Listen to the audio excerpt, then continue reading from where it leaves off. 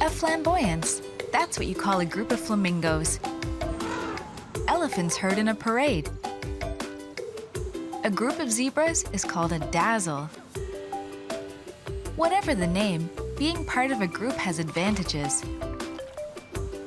Hanging with the herd fends off predators, helps with mating, and sometimes it makes it easier to bring up baby.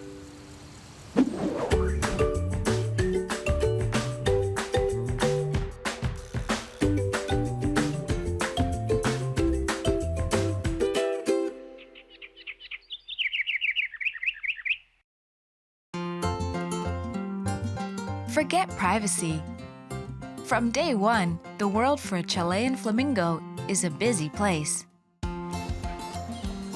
The same goes for flamingos at a zoo. And a 2-week-old chick like Tweedle might get lost in the shuffle. He lives at Reed Park Zoo in Tucson, Arizona. When flamingo chicks first hatch, they are white little puffballs, and they've got black legs and black bills. As they get older, that down gradually starts to turn gray. At about 40 days, they start getting feathers. It'll be a while before Tweedle turns pink, but right from the get-go, he's displaying his personality. So this chick is a little more apprehensive about coming off the nest than our previous chicks have been. It took Tweedle over a week before it felt comfortable coming off the nest and exploring, but this one's gonna stick closer to mom and dad than our previous chicks did. That cautious attitude should suit both of Tweedle's protective parents just fine. With flamingos, both mom and dad help take care of the chicks. So they both help to build the nest, they both sit on the egg. The parents pile up a mound of mud to raise it above the water level to protect the egg.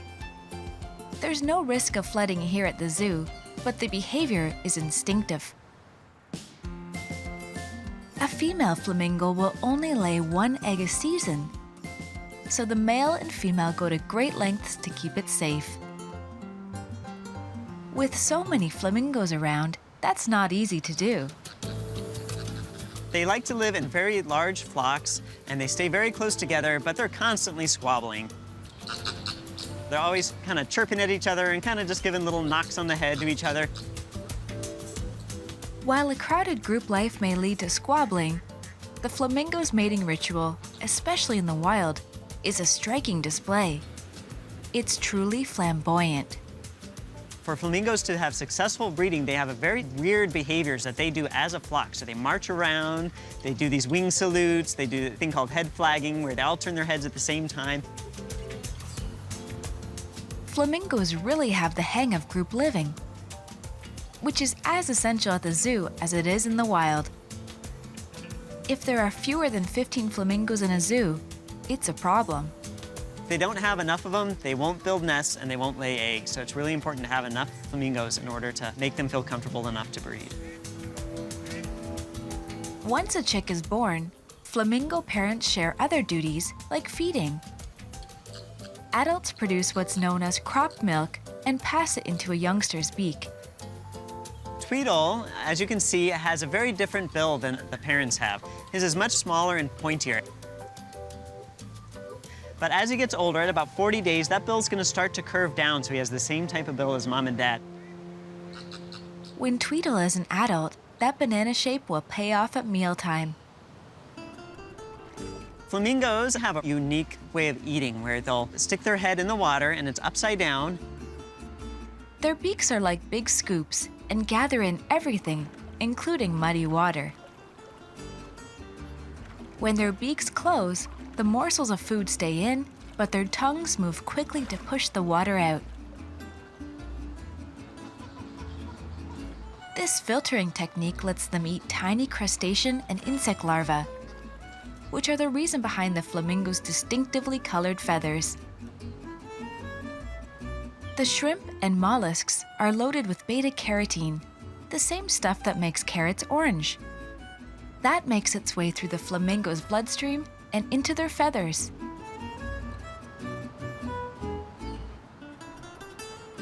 The zoo can only give them some of the same food they'd find in the wild, so they also have a supplement. There's a very special diet that we buy that's specifically for flamingos. And this has all the nutritional things that they need in it, as well as the same type of pigments in it that will help keep them pink. Becoming and staying pink are important, especially for the males. Pale flamingos are not as attractive to females as really pink flamingos. Tweedle won't turn pink for at least a couple of years, but he is developing another hallmark of flamingos, the one-legged pose. It's mostly for comfort. If you think about how when a person stands, when they're just standing in one place for a long time, they usually put their weight on one leg or the other. The only difference is the flamingos lift that leg up. Other research suggests it helps the birds conserve body heat. Tweedle's a quick study, but he's still timid. While another flamingo waits for her egg to hatch, little Tweedle stays close, under the watchful eye of his parents. As close as Tweedle can get.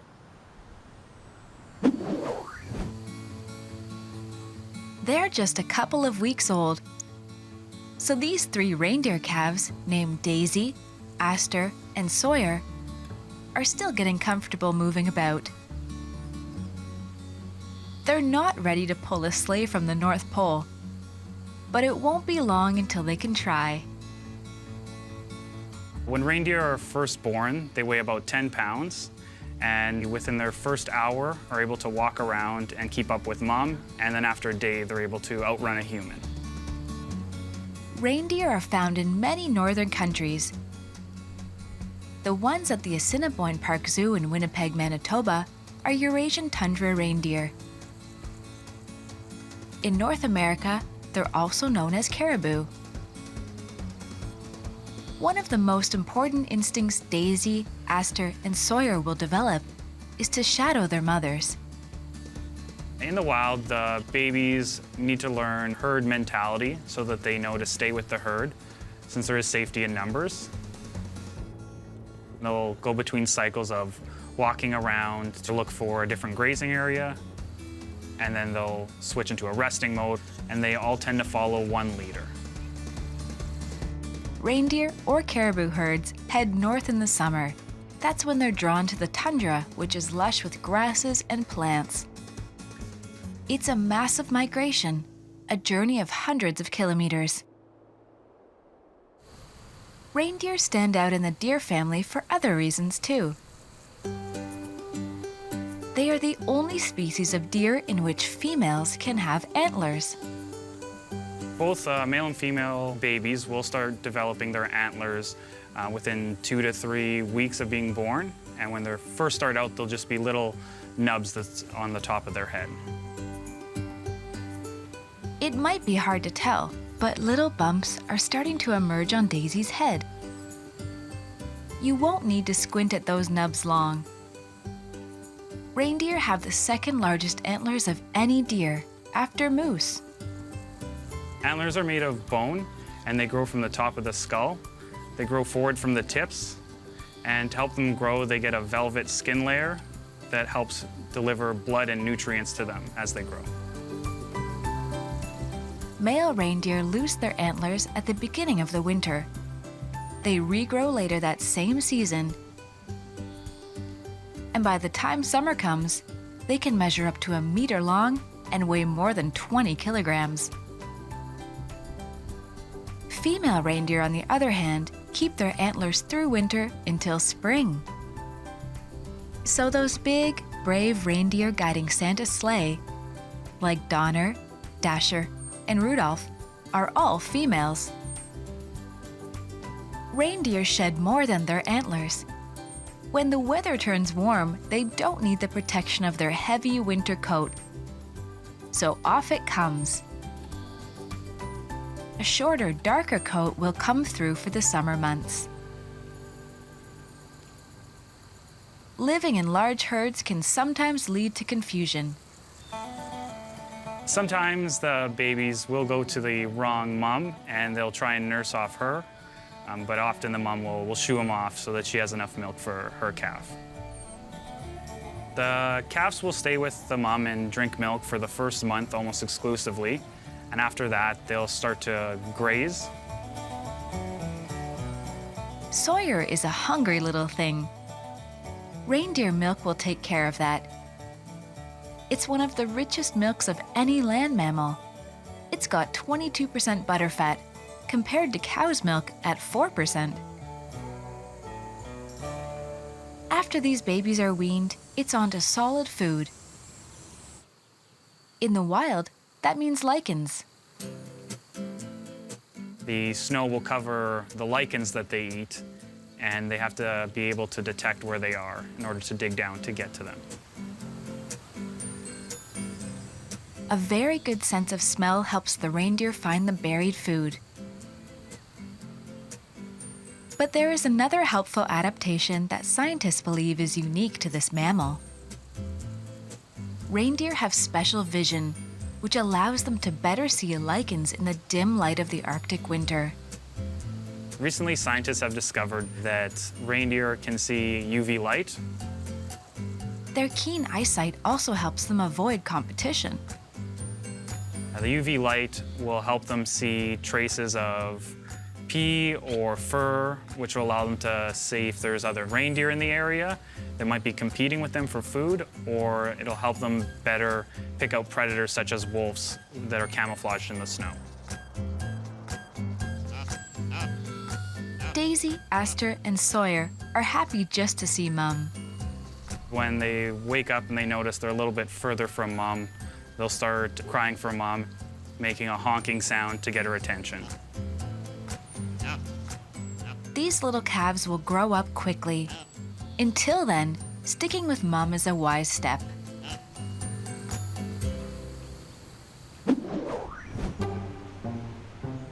It might not be obvious at first, but elephants and humans have a lot in common. They're emotional, intelligent, and highly social. Like humans, elephants also take a long time to grow up, and growing up means constantly learning. That's certainly the case with Nandi, a 14-month-old elephant that lives with her family at the Reed Park Zoo in Tucson, Arizona. Just a few months earlier, when Nandi was about 8 months old, she stuck close to her mom, Semba. Nandi was staying a little closer to Mom, so she was a little less confident, more concerned with how close she was to her mom. She would frighten a little more easily and run back to Mom and check in with her. Nandi was learning how to be an elephant, experimenting with her trunk, timidly stepping into the pool, and figuring out her place in the family. In the wild, Nandi might be part of an all-female herd led by an experienced matriarch. The herd would nurture her and eventually teach her how to raise calves on her own. In the zoo, she's getting both the nurturing and education from all of the members of her family. There's Dad, Mabu, Mum, Semba, and 3 siblings, 8-year-old Punga, 4-year-old Sunju, and of course, Nandi. Lunjil is another adult female who helps with the youngsters. It's a big family, and each of the elephants has a role to play. We can see how our herd works together in that the kids, the young elephants, play all day, but when they get really rowdy, oftentimes one of the adults will come, and often it's Mom who might discipline one sibling or one of the brothers for being too rough on Nandi. Nandi doesn't seem to mind. As she gets older, she wants to play with her big brothers and doesn't want to be left out of the fun, even if it means pushing herself. The pool's a little bit frightening to a baby elephant initially, and so she's becoming brave, curious, and independent swimming on her own. Her family's showing her the ropes. She's learning from them, just like human babies do.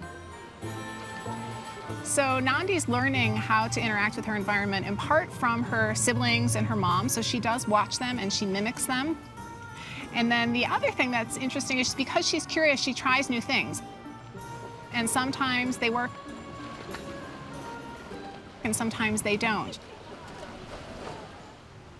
Playing increases her confidence, but she's also just more sure-footed. She runs more smoothly, flaps her ears more confidently, and some of that is just growing into her body. Nandi can also use her feet to communicate. Researchers know that elephants in the wild can send and receive messages through very low-frequency sounds. These also travel as vibrations through the ground. So an elephant across the savanna might send a warning call, and another might hear it, but also get the news through a rumble it feels through its feet or trunk. At the zoo, Nandi and her family are close together, but they still communicate in the same way. They also do have lots of vocalizations that we can't hear, so sometimes we'll watch their behavior and we suspect that they're rumbling at these low frequencies that we can't hear, and they're saying something to one another based on their body postures. Just as human babies become more nimble with their fingers, elephants become more agile with their trunks. Nandi's trunk, when she was a very young elephant, it was as though she had a spaghetti noodle hanging from her face. When she would run, it would just flop around, where now she really is becoming quite skillful at using it. Nandi's trunk is now less spaghetti and more of a fine tool that can help her get what she wants. That's because a network of muscles gives her incredible control over her trunk's movements. Nandi and her mom use their trunks to stay in touch. Sometimes Semba gives Nandi a friendly nudge. Other times, they share food. So, Nandi's trunk is a nose, a hand, a voice, and a straw, all in one. And her mom's is still an occasional blanket. Nandi still has a lot of learning to do. But now that she's 14 months old, it's easy to see the changes. She's become much more independent and curious and charges right ahead of mom and doesn't worry about how close her mom is following her. But she's still a toddler. And, like all toddlers, she knows exactly where mom is when she needs her.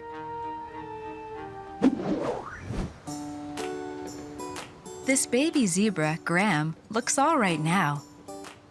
But 4 months ago, his handlers at Newquay Zoo in Cornwall, England, were concerned. The baby had just been born and was still wet, and they take a few hours just to get up on their feet, but he slipped a little bit. It could have been the handlers who were wobbly. After all, it was all new to them. Graham was the first zebra calf ever born at the zoo. So it was a little bit dramatic, but we managed to get him up and stand him up, and as soon as he was on his feet, he was bright-eyed and bushy-tailed. Graham was fine. Like other foals, he was able to walk about 20 minutes after birth. Graham's arrival was a happy surprise for someone else, his mother. Typically, a zebra mare is able to reproduce from age 2 until 15. Graham's mother is already 14 years old, but Graham is her first foal. I think zebra will produce up to 20 years old, but probably in the wild, an older animal like that, anything beyond 15 is probably getting a little bit too old to reproduce. And they would have already produced 3 or 4 or 5 youngsters by then. Graham is a Chapman zebra, a subspecies of the plain zebra that's found in the grasslands of southern Africa. It's a wide-open habitat with a range of animals, including large predators.